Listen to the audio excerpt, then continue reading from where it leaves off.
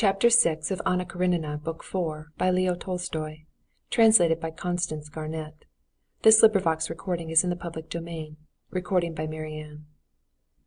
Alexey Alexandrovitch had gained a brilliant victory at the sitting of the commission of the 17th of August. But in the sequel this victory cut the ground from under his feet. The new commission for the inquiry into the condition of the native tribes in all its branches had been formed and dispatched to its destination with an unusual speed and energy inspired by Alexey Alexandrovitch. Within 3 months a report was presented. The condition of the native tribes was investigated in its political, administrative, economic, ethnographic, material, and religious aspects. To all these questions there were answers admirably stated, and answers admitting no shade of doubt, since they were not a product of human thought, always liable to error, but were all the product of official activity. The answers were all based on official data furnished by governors and heads of churches, and founded on the reports of district magistrates and ecclesiastical superintendents, founded in their turn on the reports of parochial overseers and parish priests, and so all these answers were unhesitating and certain. All such questions as, for instance, of the cause of failure of crops, of the adherence of certain tribes to their ancient beliefs, etc., questions which, but for the convenient intervention of the official machine, are not and cannot be solved for ages, received full, unhesitating solution. And this solution was in favor of Alexey Alexandrovitch's contention.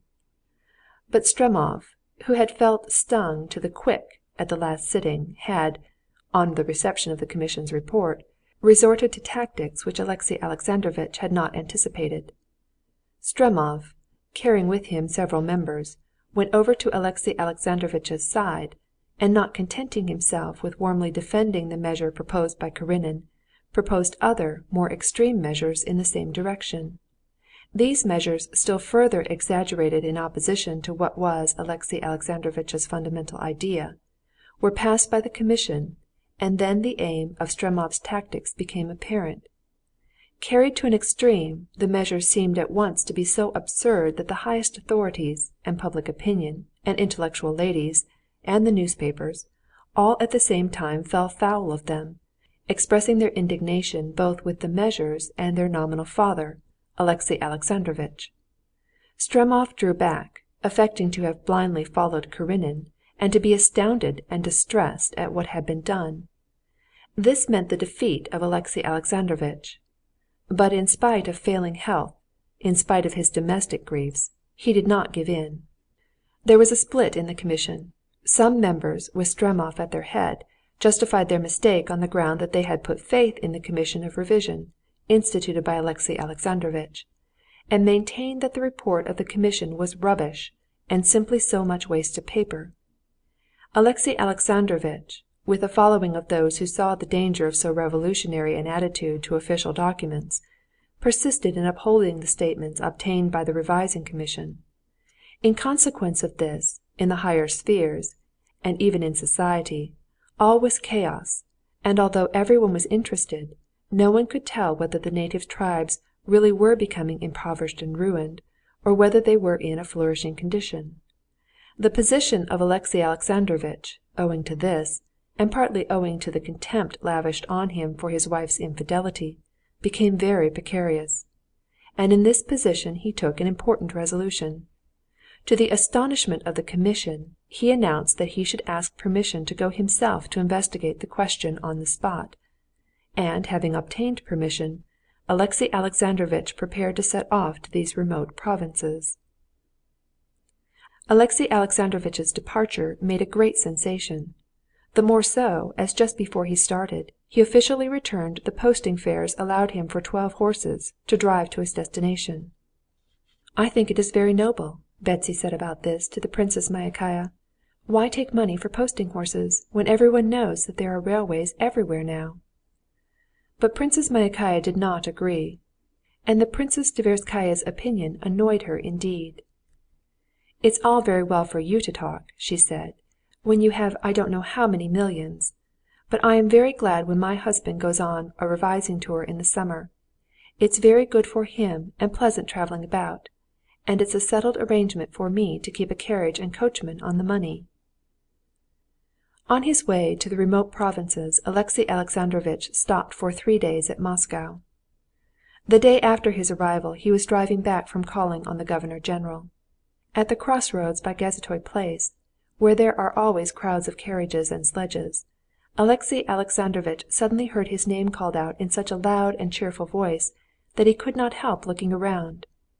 At the corner of the pavement, in a short, stylish overcoat, with a low-crowned fashionable hat, jauntily askew, with a smile that showed a gleam of white teeth and red lips, stood Stepan Arkadyevitch, radiant, young, and beaming. He called to him vigorously and urgently, and insisted on his stopping. He had one arm on the window of a carriage that was stopping at the corner, and out of the window were thrust the heads of a lady in a velvet hat and 2 children. Stepan Arkadyevitch was smiling and beckoning to his brother-in-law.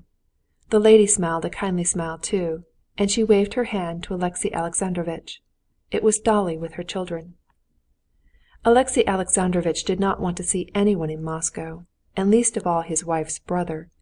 He raised his hat and would have driven on, but Stepan Arkadyevitch told his coachman to stop, and ran across the snow to him.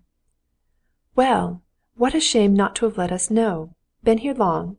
I was at Dussots yesterday and saw Karenina on the visitors' list, but it never entered my head that it was you," said Stepan Arkadyevitch, sticking his head in at the window of the carriage, "or I should have looked you up. I am glad to see you," he said, knocking one foot against the other to shake off the snow. "What a shame of you not to let us know," he repeated. "I had no time. I am very busy," Alexey Alexandrovitch responded dryly. "Come to my wife. She does so want to see you." Alexey Alexandrovitch unfolded the rug in which his frozen feet were wrapped, and getting out of his carriage made his way over the snow to Darya Alexandrovna. "Why, Alexey Alexandrovitch, what are you cutting us like this for?" said Dolly, smiling. "I was very busy. Delighted to see you," he said in a tone clearly indicating that he was annoyed by it. "How are you?" "Tell me, how is my darling Anna?" Alexey Alexandrovitch mumbled something and would have gone on, but Stepan Arkadyevitch stopped him. "I tell you what we'll do tomorrow. Dolly, ask him to dinner. We'll ask Koznishev and Pestsov, so as to entertain him with our Moscow celebrities." "Yes, please, do come," said Dolly. "We'll expect you at 5 or 6 o'clock, if you like. How is my darling Anna? How long—" "She is quite well," Alexey Alexandrovitch mumbled, frowning. "Delighted," and he moved away towards his carriage. "You will come?" Dolly called after him. Alexey Alexandrovitch said something which Dolly could not catch in the noise of the moving carriages. "I shall come round tomorrow," Stepan Arkadyevitch shouted at him. Alexey Alexandrovitch got into his carriage and buried himself in it so as neither to see nor be seen. "Queer fish!" said Stepan Arkadyevitch to his wife, and glancing at his watch he made a motion of his hand before his face, indicating a caress to his wife and children, and walked jauntily along the pavement.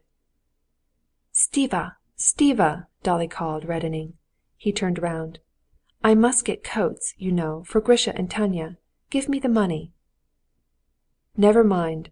Tell them I'll pay the bill," and he vanished, nodding genially to an acquaintance who drove by. Chapter 7